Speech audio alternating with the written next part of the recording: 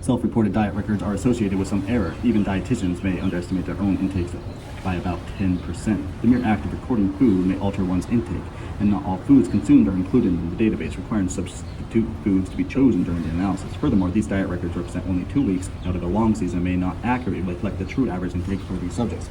However, the subjects were highly motivated to learn more about their diets, and methods to encourage accurate food records were employed. Frequent contact with subjects to monitor the record-keeping process and answer questions would be reduced unintentional errors in records.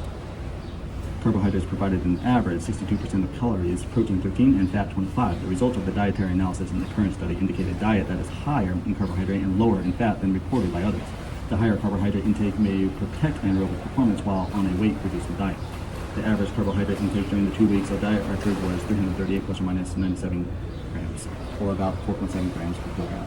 On the Friday, dropped to 1.9 grams per kilogram carbohydrate consumed, necessarily to optimize and restore glycogen stores in a minimum of 5 grams of carbohydrate per kilogram body weight per day for athletes, high flexionists, and even higher for male endurance athletes.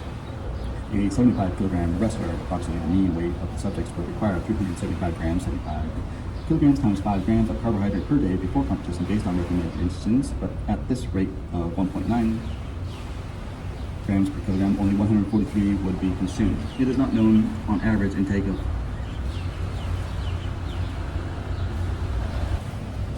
An average intake of 4.5 grams per kilogram of carbohydrate is sufficient for adequate glycogen stores to support wrestling. However, the very low consumption in the 48 hours preceding competitions is expected to deplete stores. The calories consumed on Friday, in fact, account for only 5.8% of the total calories for the entire week, making it impossible to fill glycogen stores.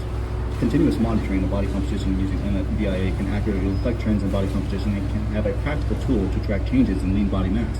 However, the absolute values attained by MFBIA may be slightly inaccurate, as the population may be chronically dehydrated. Glycogen is the primary fuel for wrestling, as evidenced in a significant reduction in pre- and post-muscle glycogen levels after wrestling bouts.